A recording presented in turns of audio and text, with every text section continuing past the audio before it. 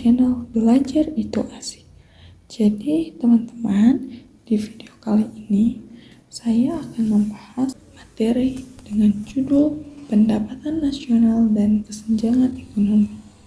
Jadi untuk materi yang pertama, kita akan belajar tentang apa sih pendapatan nasional. Nah teman-teman, seperti yang kita tahu, pendapatan nasional merupakan nilai barang dan jasa yang diproduksi oleh masyarakat suatu negara sebagai sumber pendapatan yang diukur dengan satuan mata uang tertentu dalam kurun waktu 1 tahun. Lalu, apakah ada cara atau metode yang bisa digunakan sebagai cara efektif dalam menghitung pendapatan nasional ini? Nah, teman-teman, untuk metode atau cara yang digunakan dalam menghitung pendapatan nasional ini, yang pertama, pendekatan produksi atau nilai tambah. Jadi, dengan menggunakan metode produksi, pendapatan nasional dihitung dengan menjumlahkan nilai tambah atau flow aid dari seluruh faktor selama periode tertentu. Nah, pendekatan produksi atau nilai tambah ini dihitung dengan menggunakan rumus yaitu Y sama dengan P1 dikali Q1 ditambah P2 dikali Q2 dan seterusnya. Nah, sama dengan pendapatan nasional, P1 harga nilai pertama, P2 harga nilai kedua. Untuk metode yang kedua, kita menggunakan pendapatan pengeluaran. Dengan metode pengeluaran, pendapatan nasional dihitung dengan menjumlahkan semua pengeluaran yang dilakukan oleh para pelaku atau rumah tangga ekonomi.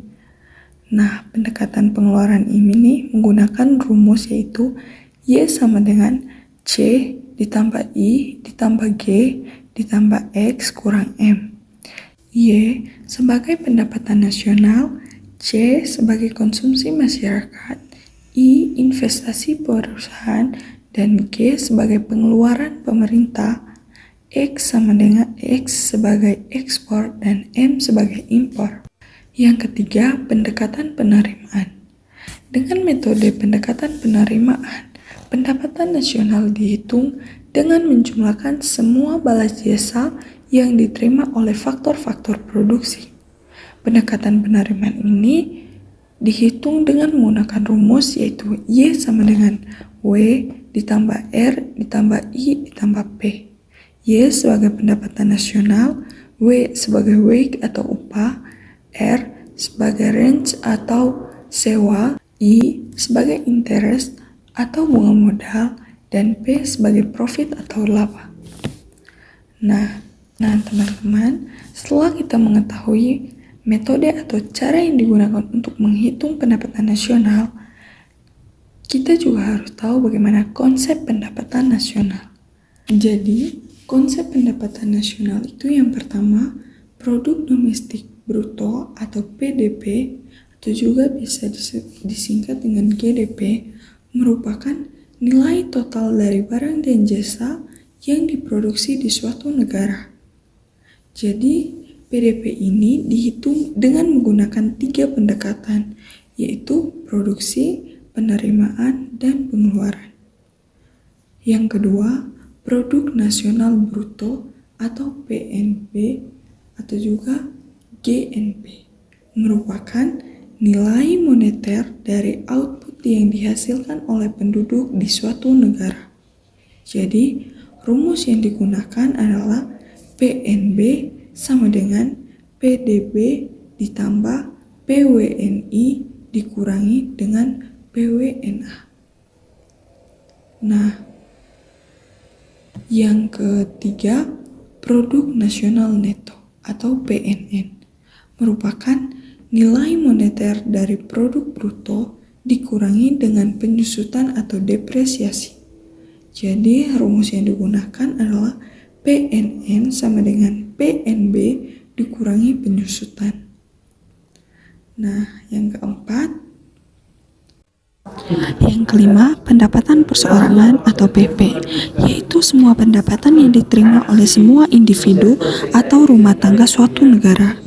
rumus yang digunakan adalah PI sama dengan PN dikurangi laba ditahan, ditambah iuran asuransi, ditambah iuran jaminan sosial, ditambah pajak perseorangan, dikurangi transfer payment. Yang keenam, pendapatan disposable atau PD, yaitu pendapatan yang digunakan oleh masyarakat setelah dikurangi pajak langsung. Rumusnya PD sama dengan PI dikurangi pajak langsung. Nah teman-teman, setelah kita masuk pada konsep pendapatan nasional, sekarang saya akan menjelaskan apa sih pendapatan per kapita. Jadi pendapatan per kapita adalah ukuran jumlah uang yang diperoleh per orang di suatu negara atau wilayah geografis. Pendapatan per kapita dapat digunakan untuk menentukan pendapatan rata-rata per orang untuk suatu daerah dan untuk mengevaluasi standar hidup dan kualitas hidup penduduk. Jadi, sekarang kita masuk pada materi yang kedua, yaitu kesenjangan ekonomi. Tentunya teman-teman, kesenjangan ekonomi dan pendapatan per kapita memiliki hubungan yang sangat erat.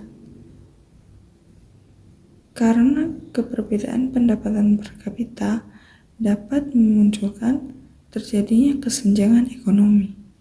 Jadi kesenjangan ekonomi atau ketimpangan ekonomi itu adalah suatu kondisi tidak seimbang yang terjadi di masyarakat berdasarkan aspek ekonomi, di mana aspek ekonomi dapat terlihat dari tidak seimbangnya pendapatan masyarakat.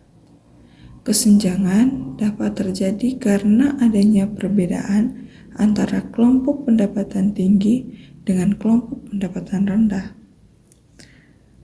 Lalu, penyebab kesenjangan ekonomi itu sendiri yang pertama, semakin tinggi tingkat pendidikan seseorang, maka semakin tinggi pula kualitas kehidupannya dan menyebabkan adanya ketimpangan antara kualitas pendidikan tinggi maupun kualitasnya suatu ketimpangan antara tingkat pendidikan yang tinggi dan tingkat pendidikan yang rendah dalam kehidupan bermasyarakat.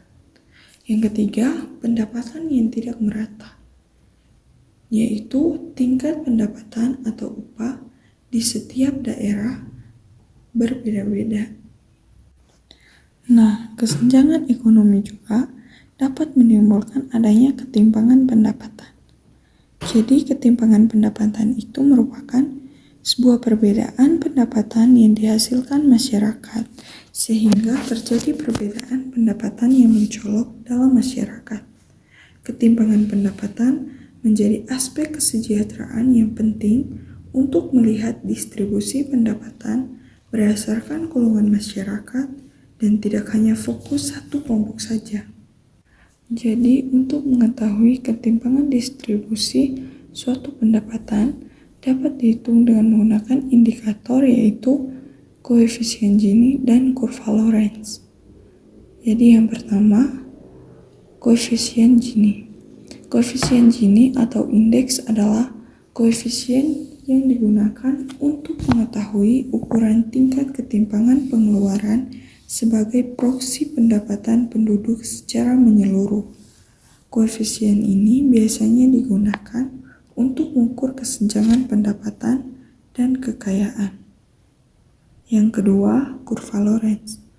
Kurva Lorenz menunjukkan hubungan antara persentase pendapatan dengan persentase penerimaan pendapatan dalam kurun waktu tertentu. Jadi, kurva Lorenz akan disertai angka kemiringan 1 yang disimbolkan dengan garis diagonal. Semakin jauh kurva dari garis diagonal, maka distribusi pendapatan tidak merata. Sebaliknya, jika kurva mendekati garis diagonal, maka distribusi pendapatan merata.